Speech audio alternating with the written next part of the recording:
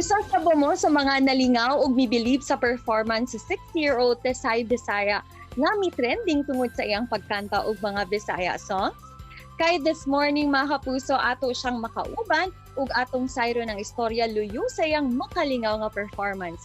Kauban si Mommy Richelle Bernil ug ang Tesay Bisaya nga si Rian Book. It's a great morning, Mommy Richelle and Rian. Welcome dito sa At Home at GMA Regional TV. Kamusta kayo? Good morning, Attorney Racing. Okay lang ni. Let us know more about you, Rian, and of course, Mommy Richelle. Mommy, please share with us naman the story kung paunsa ug ngano ka nagdesisyon nga mag-abroad. So murag long story gyud siya, pero short na lang nako no. Sa Pilipinas, nagtrabaho sa gawas. Tapos nagkaanak ni duha ka buok, babae lalaki. Pero nagkabulag ni. After few years, nag-join na po ko dating site na po. And dito na ko na-meet ang daddy ni Rian.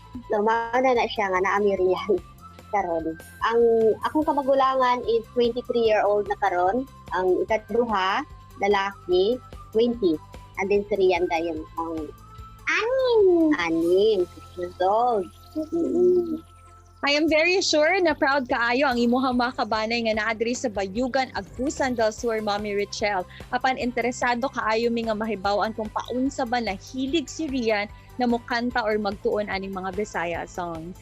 Primero man god, hilig ko og kanta-kanta ba mo akong hinulibangan pag mahumtik bitaw. So mo nang karaoke ko dinhi atap ko.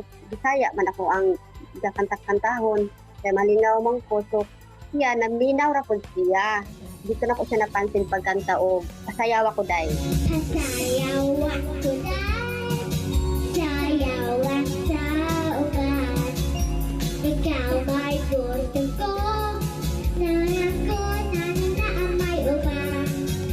Masayaw dyan na dahil, di maging gumawa ako'y gusto. Irog-irog, o sayrog, irog-irog isang karitsutan. Nakita na ko siya nga yung gisundog mo itong nalingaw ko. Ako dahil siya encourage na. Alik lang nga, kanta-kanta ta. So wala dahil siya sinugdanan. Kabalo mo gusto siya mabasa. Walang iya ako kakuanan sa iya kay mabasa niya ba yung sundod. Magminaw siya tapos iyang abot yun sa niya nga nung kamaugid siya mabasa. Sa iyang edad bitaw nga kuan pa bata pa siya dili man po siya ingon nga maglisod lang siya nito pero makasunod siya tuno dali ra siya kasunod og tuno. When Philippines was discovered by Magellan. Wow, may pinagmanahan gyud si Rian, Mommy Richelle ha. But of course, ikaw Rian nga nung giganahan mang kamukanta og mga Bisaya songs, wala ba ka naglisod og tuon niini? The language is sometimes hard to pronounce because I can't make letters language because sometimes I can't make the words with the sounds, all the sounds.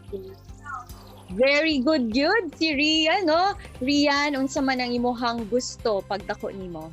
I want to be a doctor. I want to be a policeman. I want to be a shopkeeper. I want to be a singer, and I want to be a dancer.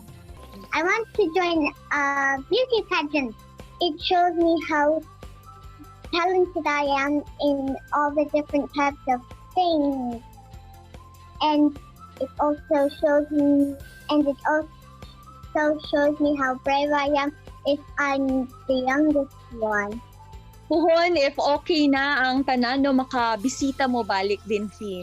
Pero Rian, unsa ba ang imuhang favorite na Pinoy food? Sige daw. Salmon and sinigang. Sinigang is that. And paksiw. Pinoy gyud ang panlasa ni Rian, Mommy, no? Well, Rian, how do you feel about the very positive response of your viewers, and do you have a message for them? Salamat kaayo sa imong nag-follow sa inyong follow ako. Ug sa salamat sa inyong watch akong live and video.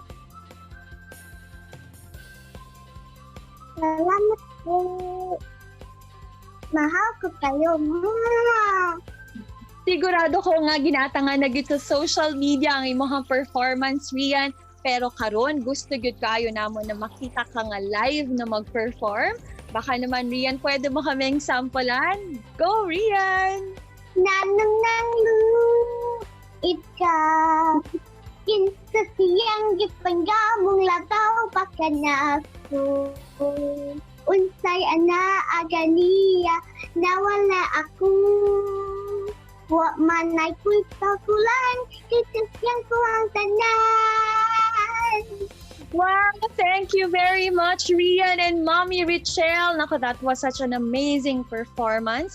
Daghan kaayong salamat and do continue to inspire others. And of course, para kay Rian, please take note always that we're so proud of you. Daghan kaayong salamat ug amping mo diha always. Ang daghang salamat sa inyong pag-invite sa amoa.